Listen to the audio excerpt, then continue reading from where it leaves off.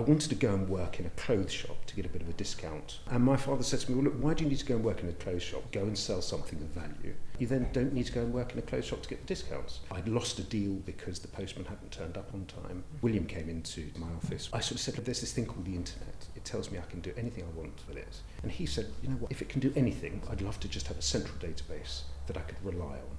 And there it was born. What have you learned about entrepreneurship? You have to be prepared to be flexible. I go to bed virtually every night thinking about what we're not doing that we should be doing, things that we have done that we shouldn't have done, and things that we can do better.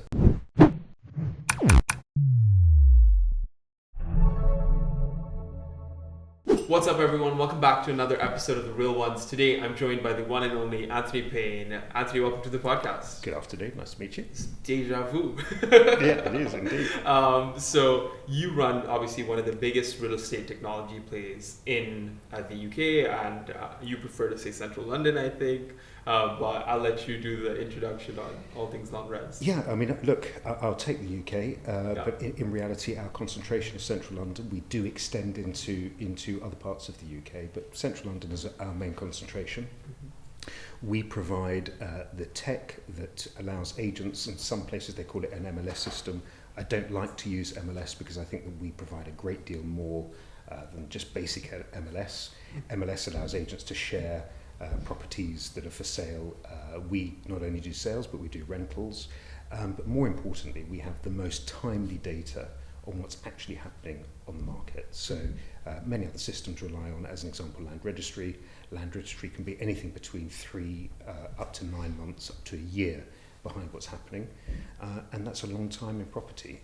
We like to think that our data, by and large, we normally know about a sale of a property within 24 to 48 hours of it actually transacting. And if you want to know what's happening in the market, we've got that information, and nobody else does. And that's what we do.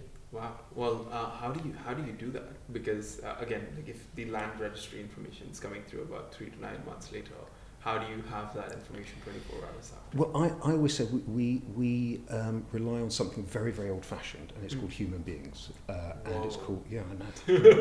and we think they do a very, very good job. So we've got a fantastic team. And most importantly, we have brilliant relationships with all of our customers. So we have personal relationships. We know the principals, we know the people on the floor that are doing the transactions, and we are engaging with them on a regular basis. So we don't just rely on tech, and tech is obviously at the forefront of what we do, and it's at the forefront of what everybody does today. But beyond that, we speak to people, we communicate with people, and we're tracking what's going on. So we're really on top of what's going on in the market. So before we go into more into LonRes and tech and all those fun little things, I want to ask you what 7-year-old you wanted to become. Definitely nothing to do with tech. Okay. 7-year-old me, there was no such word as tech. No. I can tell you, actually, I had no idea that I wanted to go into property. But I'm gonna go a little bit further forward, and I'm going to go to a 15 or 16-year-old Anthony. Okay. And I was terrible at school. I wasn't particularly good at academia. And my father told me that I had a big mouth. Not much else, but a big mouth. And I wanted to go and work in a clothes shop to get a bit of a discount on clothes. And my father said to me, well, look, why do you need to go and work in a clothes shop? Why don't you actually go and sell something? You've got a big mouth. You think you can sell things. Go and sell something of value. And you then don't need to go and work in a clothes shop to get the discounts. And so I decided this was a good idea. What's the most expensive thing you could sell? A property. And so I decided at 16 years of age I was going to give up school. I didn't want to do school. And I went to work in an estate agency in North London. And my career in property started. And I've thoroughly loved it. It's a wonderful business to be involved with. Well, shout out Dad, right? Indeed. I'm very grateful to him. I think it's not easy sometimes. As a parent, I think you can probably look at doing bad in academia as a really bad thing, and then just try to keep hammering something that the person is not, and recognizing that that's actually a talent and a gift as opposed to, And look, you've got to be lucky. I mean, and I don't deny that I was lucky. At the end of the day, I didn't know what I wanted to do. I knew that I didn't want to be at school. I did have a big mouth, and my father pointed me in the right direction, and I was very lucky that it was something that suited me and I enjoyed doing. and I managed to build a career out of that. But even then, having been in a estate agency for many, many years, had you said to me, you're going to be involved in tech, I would have laughed at you. Yeah. You know, life takes you in directions you don't always expect to go in. You just have to go with the flow, and that's what we've done. 100%. So you went from estate agency, and then you. What's the journey from there to LonRes? So I started, basically cutting out a little bit of the initial stages. I went to work for a company called Beecham Estates, who are currently a Mayfair-based, they've got various offices around the world now, but a Mayfair-based estate agency, Gary, who I've got a great deal of respect for. Yeah. And I went to work for Gary in 1985, and I stayed with Gary till 1997. So he taught me really a great deal about business, about negotiation, about selling, and most importantly, tenacity. And if you're seeing Gary, you'll realise that he is an extremely tenacious chap and very good at what he does. I learnt that from Gary. I left after 12 years and went to work for another medium-sized business, privately owned at the time, but they were more involved in investments, predominantly to the Far East. So I was involved in investment sales to Far Eastern investors, and I was there in the late 90s, from 97 to 99. They were then subsequently bought by Countrywide. I didn't want to work for a big corporate, so I left to work for myself. And then I was in a building which I had an office which I shared with a chap called William Carrington, who's one of my co-founders of LonRes. And I was having a bad day one day, and in those days the internet was in its infancy. I was having a bad day, the postman was late. I'd lost a deal because the postman hadn't turned up on time. And sort of William came into to my office. We talked about what had irritated me that day. And I sort of said, look, I don't know, there's this thing called the internet. It tells me I can do anything I want with it. And if it can do anything, I don't want to ever have to photocopy another set of details from another agent. I don't want to have to call up to find that a property's sold, having offered it to a buyer. And I don't want to have to rely on a postman being late. William's response was, and William was much more involved, more on the professional side. He did more of the valuations. So he explained that he was spending days ringing round trying to get comparable evidence from other agents. When he was trying to do a valuation, obviously you have to rely on the properties that have been sold. So he would have to ring round trying to find out what had sold that was comparable to a property he was looking at. And it could take days. You call an agent, they're not in, they don't want to call back, etc., etc. And he said, you know what, I'd love to just have a central database that I could rely on, where the information was accurate and everybody's sharing the same information. So we're all seeing from the same hymn sheet. It will make the profession much more professional. It means that the agents have got better data, and in turn their clients, both buyers and sellers, landlords and tenants, have all got the best data. And there it was born. Now, this was 1999, we started to raise a bit of money in 2000, not a great deal, not sort of figures that people are talking about today. And we built LonRes, and it was, I have to say, it was like working in the Wild West. I mean, the IT industry was in its infancy. It was very, very challenging to work in that period. But we got through it, and it was very, very tough, I have to say, looking back on it. But we got through it. We were very lucky because as the system was ready, it took 18 months. Having been initially told it was only going to take 3 to 4 months, it took 18 months, 20 months. And just as we launched, this thing called broadband came along. So it actually meant that if you wanted to look at a set of details on LonRes, rather than it taking 7 or 8 minutes, it actually took 7 or 8 seconds. So actually, had the system been ready when it was meant to be ready, we would never have survived, because nobody would have waited 7 or 8 minutes to see a set of details. But because it took that much longer, broadband came in, it was taking seconds to view the details. So we were going into people's offices saying, use the internet, take broadband, and use LonRes. And it was just, everything came together at the right time. And that was a bit of luck. Wow. And we all need a bit of luck in life, so 100%, we had a bit of luck. 100%. I think it's a timing factor, right? Yeah. Because they say that to build successful sort of technology companies, you need to have a bit of timing, team, and I believe traction. Like, these are the 3 things that they kind of boil it down to. And luck. You know, look, you've got to have an idea. Yeah. You've got to have tenacity. There were some very, very challenging times, which I think a lot of people would have given up. We came very close to giving up. We almost ran out of money. And we had a lot of problems with the tech. People didn't really understand the tech in those days. And look, let's not remember, I wasn't techie. Yeah? So Yeah. I was an estate agent. William was a sort of estate agent and valuer. Yeah. So we didn't come from a technical background. So one of another co-director, James Goldfarb, he was involved. He was more involved on the tech side. But even then, it was very, very challenging. So you need that little bit of luck. Obviously, you have to have a vision of what you want to do, and you have to be prepared to go for it. And those are the first stages.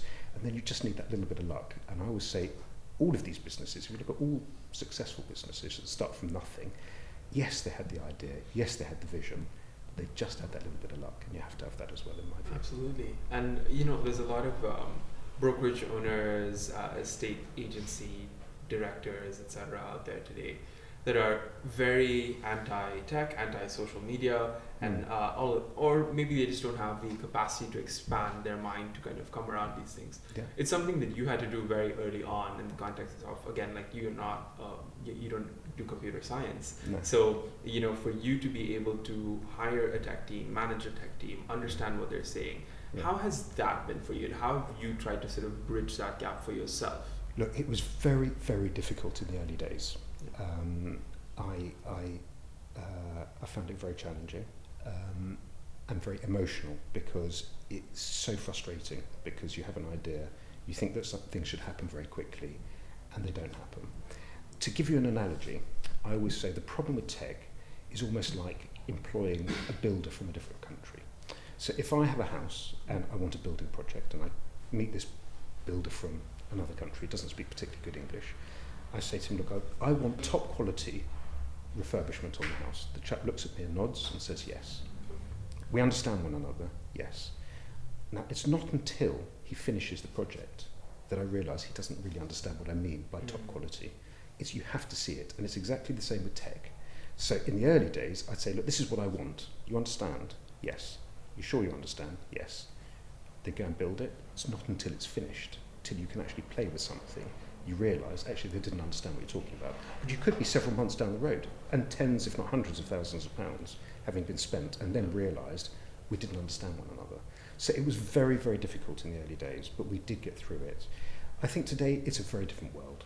I mean, the people are extremely professional, the communication avenues are much better, the way that people work together is much better, the way that we work internally. I mean, it's a different world today from the way it was 25 years ago. I mean, everything is very, very well planned. Possibly sometimes I think a little bit too well planned. Sometimes I think, we have to throw caution to the wind and just have a go at stuff.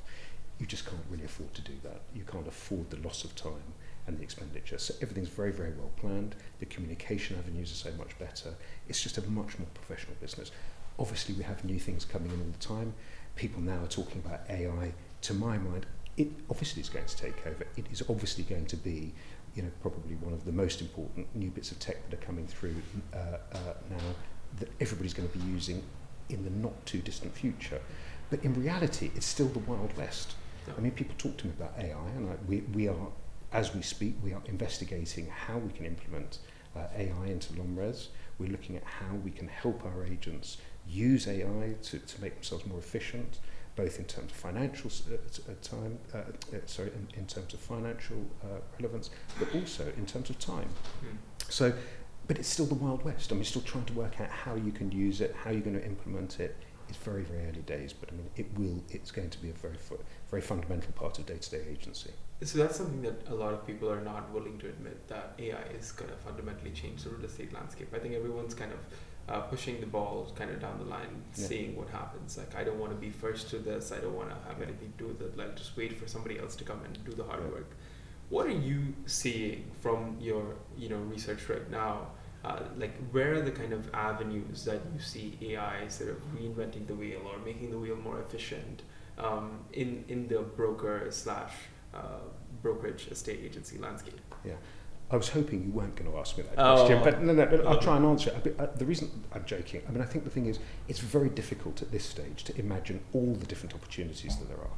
Yeah. I think that obviously in terms of time opportunities, the ability to write particulars, the ability to write reports. And so therefore, if you're writing a report for a client on evaluation, to be able to pull in the data, as an example, we have data in LonRes that goes back to the 1980s. Some people don't want to sit there and research that data. But if you're pulling together a report for a client on why you've come to evaluation on their property and what data you've used, to be able to pull in that data and to generate a report in a certain style and do that in moments, it's fantastic. So I think that people will do that, and I think that also we have to look that human nature always looks for a slightly easier way of doing things. And again, the analogy I use is, why is a remote controlled television, why is it so successful? Because people couldn't be bothered to get up from their chair and press a button on and off and switch a channel. Why do we have electric windows in a car? Because people didn't want to do this in their car. And so anything that makes your life easier, people will embrace. And I think that this is what AI will do. Your day-to-day machinations, the day-to-day workings that you have, it will make these tasks easier and quicker. And anything that can do that will be successful and will be embraced. And so you talk about the people who, they don't want to embrace it. Of course, every generation, there are people who don't want to embrace new ideas, new technology. We're talking nowadays about technology, but in yesteryear we didn't talk about technology so much, we just talked about ideas. People don't want to do that. In time, they fall by the wayside and new technology gets embraced. It doesn't get embraced all in one go, in one day, but over a period of time, it ekes away, and it just takes a little bit more each day, each week, each month. Yeah. And that's what will happen with AI. Very interesting. And how do you kind of, especially those owners that want to talk about how they could integrate tech into their current systems, because a lot of that is still outdated, right? You're talking about a system which is almost similar to the MLS, and you do more things on top of that, of course. But from an internal, let's say you were still at Beecham Estates, right? Let's go back to that time, right? How would you kind of do things differently from a broker standpoint, I guess? Well, I think it's what I said. I think it's report writing. I think it is those the day-to-day workings that can be automated. And so therefore, I think if you're able to key in some basic information about a property that you're valuing or you're reporting on, the ability for a machine to come back and write a report for you, pulling all the different data points to make sure that you are providing the right analysis to a client in a very, very timely fashion, I think that's one of the ways that it will be used. I think it will be used also in terms of particulars writing, just the day-to-day stuff. And no doubt there's a vision that some young kid is sitting somewhere now, that young chap over there is probably sitting there thinking about how he's going to revolutionise estate agency, and he may well do it in a way that I can't even imagine today.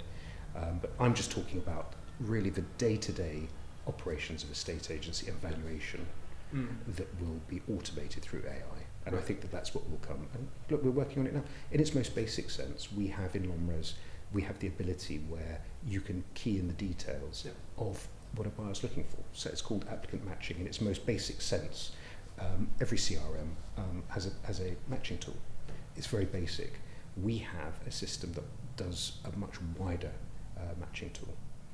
It's very widely used within the industry by many, many of our subscribers. In a way, that is a form of AI, and that is also trying to, almost by going outside, but what we're trying to do is expand that more and utilise AI more to help people find properties, and the agent not really having to do it so much. The agent will always have to be involved. Agents and experience and knowledge counts for everything. And I think that it's very important that people don't underestimate that. It's a substantial purchase. Everybody likes to think that they understand property, but these people, most of the people in the central London property market, have been working in it for a very long time. They know what they're doing. They have a very good understanding of residential property and commercial property, although it's not a market that we're involved with. They know what they're doing, and by and large, they're very, very professional. And I think that they get a hard time unnecessarily. I think people's view of estate agents, and of course there are going to be some bad estate agents out there, but I've got to tell you, most of the estate agents, in fact, well, all of our subscribers, but most of the estate agents that I ever meet are very good at what they do. And yeah, so that's that. No, and obviously you have this bird's eye view of UK real estate and data around UK real estate. What are you seeing in the market today? What are those underlying trends that are obviously public and that you can talk about? But what would the top three be for you? Yeah, I mean, I don't know if we can categorise it as a top three, but what I can tell you is that the market is a little bit trickier. I think buyers are a bit more, and let's start with the buyers buying the selling market, the sales market. I think buyers are a little bit more circumspect, understandably, because I think that the cost of entry is really quite high today, and stamp duty is something that it's quite a sobering thought. So it doesn't matter, frankly, whether you're buying a property for £5 million, and central London, you're really talking about, obviously there are properties under 5 million, but I mean, let's talk about the north of £5 million market. It's actually been quite a strong market over the last few years. I think we're seeing that market settle down a little bit, that it's not one of the strongest markets at the moment. I think it's settled down to a bit more normality. But I think that's mainly because the cost of entry is so high, people can't afford to make a mistake. And so therefore, I think when people are looking to buy a property, they're taking their time to find the right property. You can't afford to take a risk. So actually going back to the young Anthony Payne who was working in a estate agency, I spent a lot of time with buyers. They would register with me. They didn't buy a property within the first 3 or 4 properties they viewed. They would spend their time trying to find the right home. They could take 6 months. I don't know if it was because I was a bad estate agent or not, but they could take 6 months or a year to find a property. And I feel we're going a little bit back towards that. I think that people want to be buying the right property. They want to buy for a generation. We don't have the same levels of growth that we have seen in times gone by. And so therefore, if you've got a little bit more flat growth, which is what I think we're seeing at the moment, or no growth, or a small amount of growth, or a little bit. So it's either side of zero.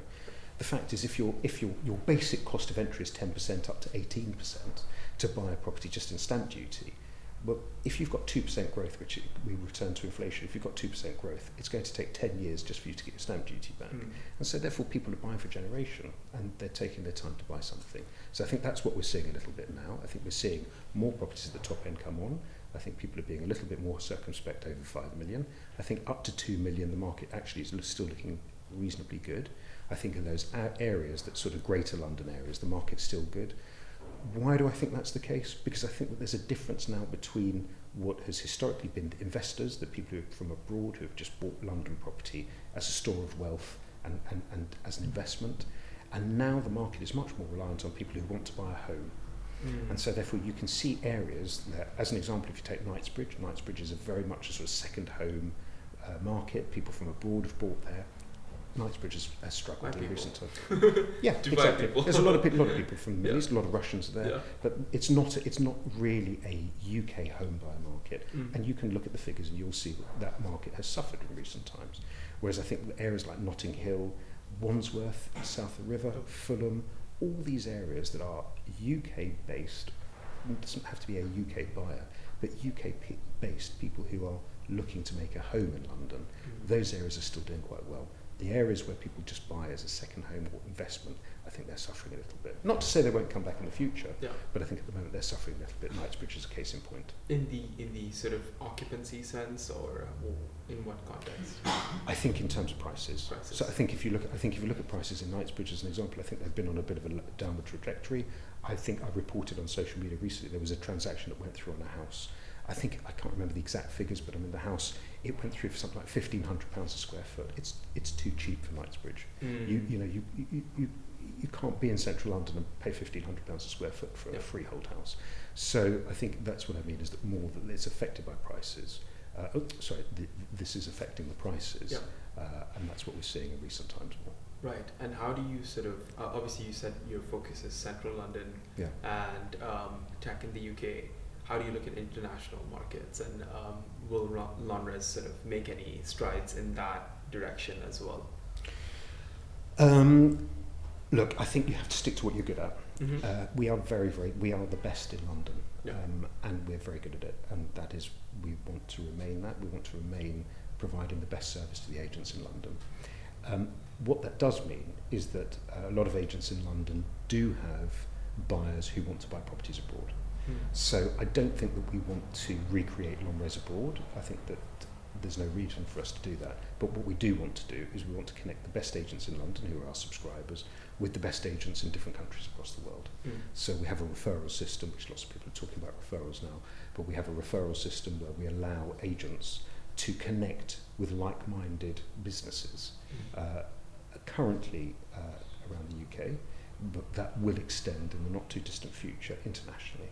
So I don't think we'll be looking so much at the data and analytics. It's something that could follow on in due course. Right. But I think in the first phase, the idea is that if an agent in London has got somebody who wants to move to Dubai, somebody who wants to buy a second property in Dubai, wants to buy a property in Italy or wherever it is in the world that they want to go, that rather than just saying, well, look, good luck and let me know how you get on, they can introduce that person to a professional, a similarly minded professional in another country. Right. And that is a service that we'll be bringing in very, very soon, extending our current referral system that we've got at the moment. Right, and obviously running LonRes for the longest time now has been, I'm sure, sort of, how you say, an amplitude kind of, chart, which is ups and downs all the time. It's just how every business goes. Yeah.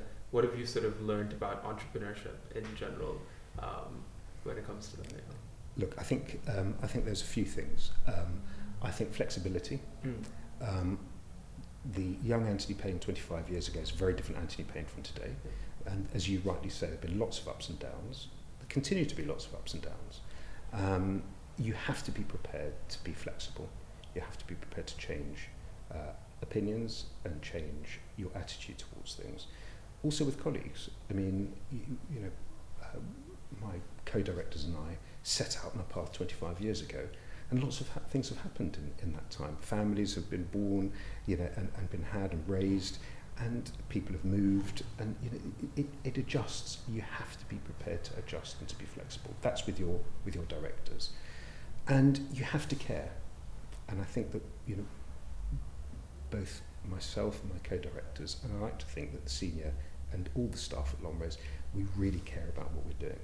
And I think that when you care, it means that the service that you provide comes through, and I think people appreciate it. Right. And I think that you have to have a human side. I think the fact is that with all of our customers, I know most of them. They can all call me if there's a problem, and we'll deal with it. And I think that that for me is the other thing you've got to do. You can't let go of it. You can't sort of get a little bit too big for your boots and sort of turn your back on those sorts of things. So those things are important. I think they're very, very important. Yeah. And those are just a couple of the basic things. There's lots of things. I mean, the lady who runs our PR, I think a few years ago, she said, I want to do a little bit of a piece on LonRes. And she said, I'd just like to know, can you just tell me at what point did you feel that you could take your foot off the gas and relax in the knowledge that you'd created this great business? And I looked at her and I said to her, you actually must be joking. I mean, I go to bed virtually every night thinking about what we're not doing that we should be doing, things that we have done that we shouldn't have done, and things that we can do better. And that even happens now. And I love it, I love the business, I love I'm very lucky. I love property. I really like the people that are involved in the business. It's a great industry to be involved with. Yeah. And I love what we do, and we try very hard to do it very well. And is that I was going to ask you if that's a blessing or a curse, that you kind of go to sleep, wake up, and all of that thinking about this? I love it. I love it. My co-directors sometimes say to me, just chill out. And I don't, I just enjoy it. I don't find it a hardship. As I said, I really enjoy the industry. I really enjoy what we do. And I care about it, and so it's not a hardship. And you speak very fondly about your co-directors. Yeah. Clearly seem like they mean a lot to you. Yeah. What have you found in sort of cultivating that relationship over the years as something that's kind of kept you together? Because not every co-foundership, kind of lasts. Yeah. Oftentimes, that's why companies fail. I'm going to give you one word, and it's called trust. Trust is the foundation of everything. Right? It's the foundation of every relationship. It doesn't have to just be a business relationship. Any relationship, it's based on trust. And if you trust in people, both in terms of just trust them as people, but trust in their ability to do something, then everything sort of works out.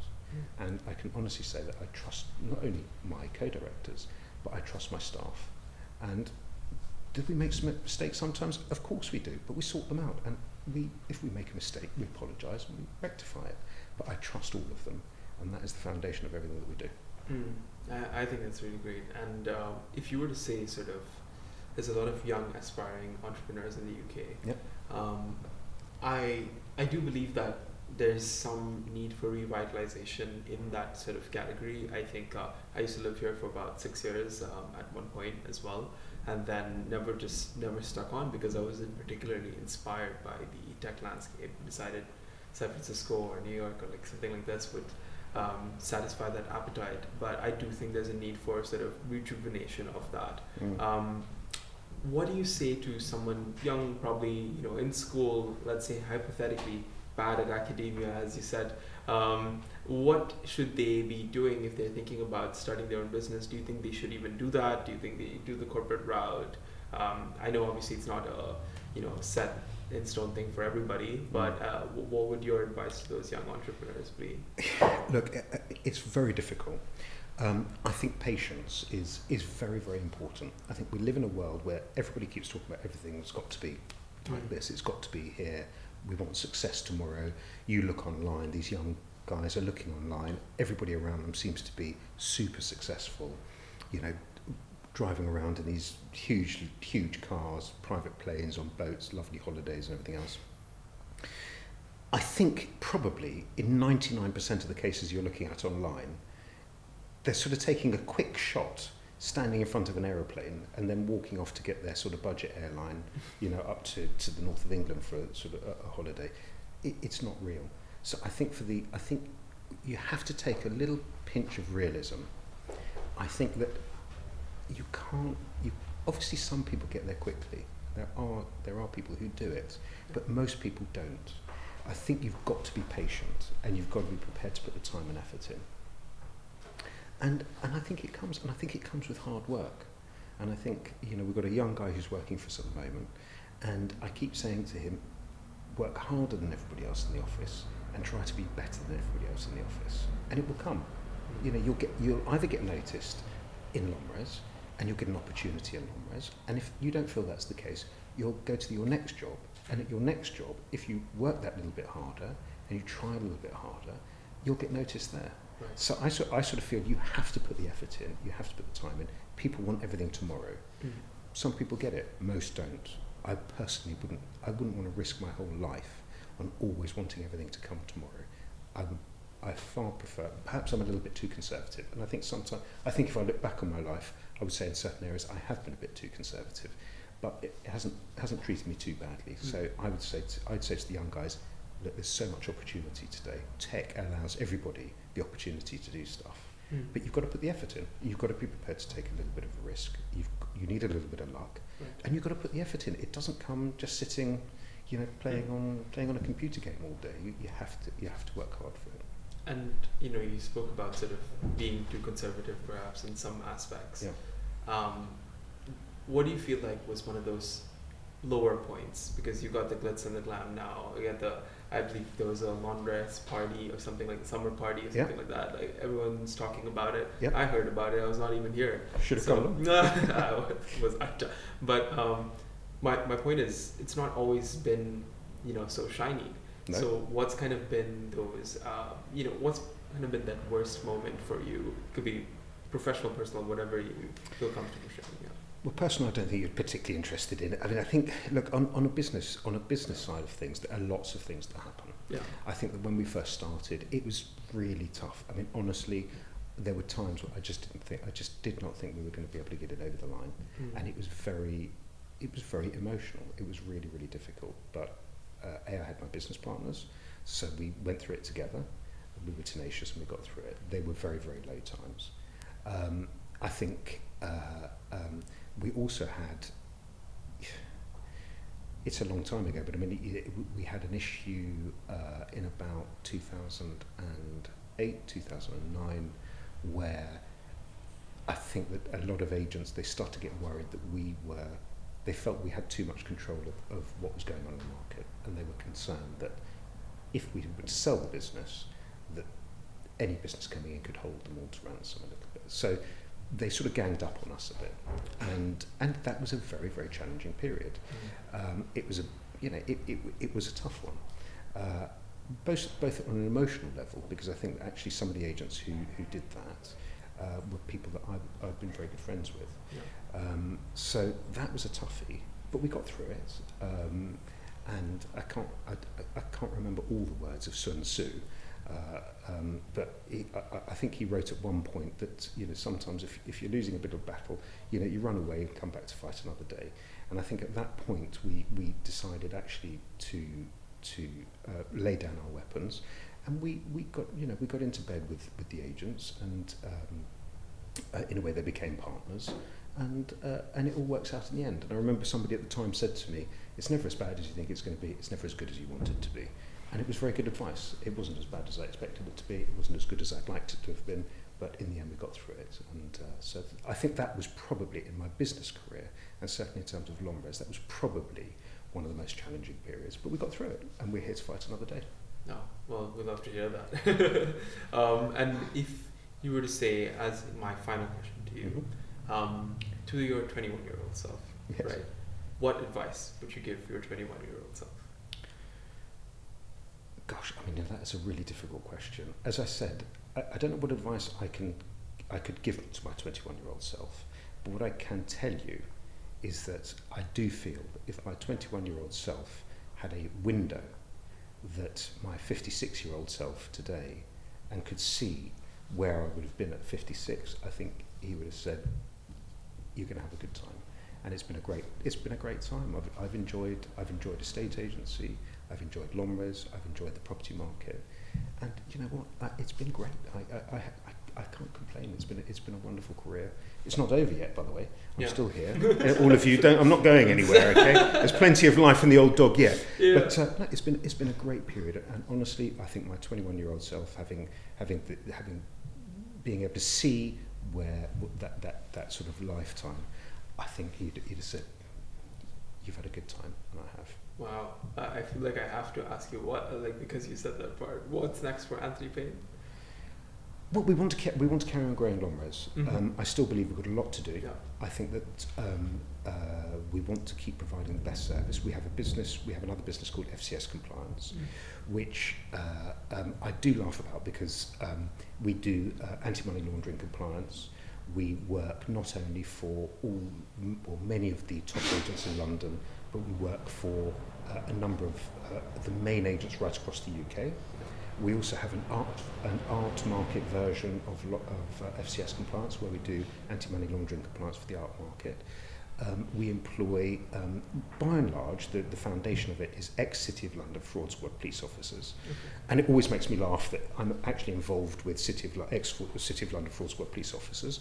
They're fantastic guys. They are the best in the business of working out really complex anti-money laundering. We're here to grease the wheels of the estate agency market, because these days, anti-money laundering compliance is very, very important. It's central to every transaction, and there are some very, very complex transactions. So we see LonRes growing geographically, we see LonRes growing technically, and we see a great deal of growth through the anti-money laundering compliance business, because the governments want to see compliance, and we are gold standard. So we're gold standard in terms of LonRes, in terms of what we provide to estate agencies in data and analytics, and we are absolutely gold standard in terms of AML compliance as well. I don't think anybody does it better than us. Nobody certainly provides the level of service that we do. Wow, that's exciting. For you. Yeah, it's great. I mean, it's great stuff, and very, very proud of that business as well. It's amazing. It's service to the estate agency industry and the art market industry, and that is a business that could potentially come to Dubai in time, I think. It needs it. Anything to get Anthony Payne to Dubai, let's do it. Thank you very much. I'm there. But thanks so much, Anthony. I really Pleasure. appreciate you taking the time. This has been a super insightful chat. Thank you. Learned a ton about the UK real estate market, as well as how you're looking at technology, and some little golden nuggets in there for all the entrepreneurs that are up and coming good luck as to well. them. Good luck to them. Absolutely. Well, thank you so much for tuning in to yet another episode of The Real Ones. Don't forget to smash that subscribe button and come back next week for yet another episode.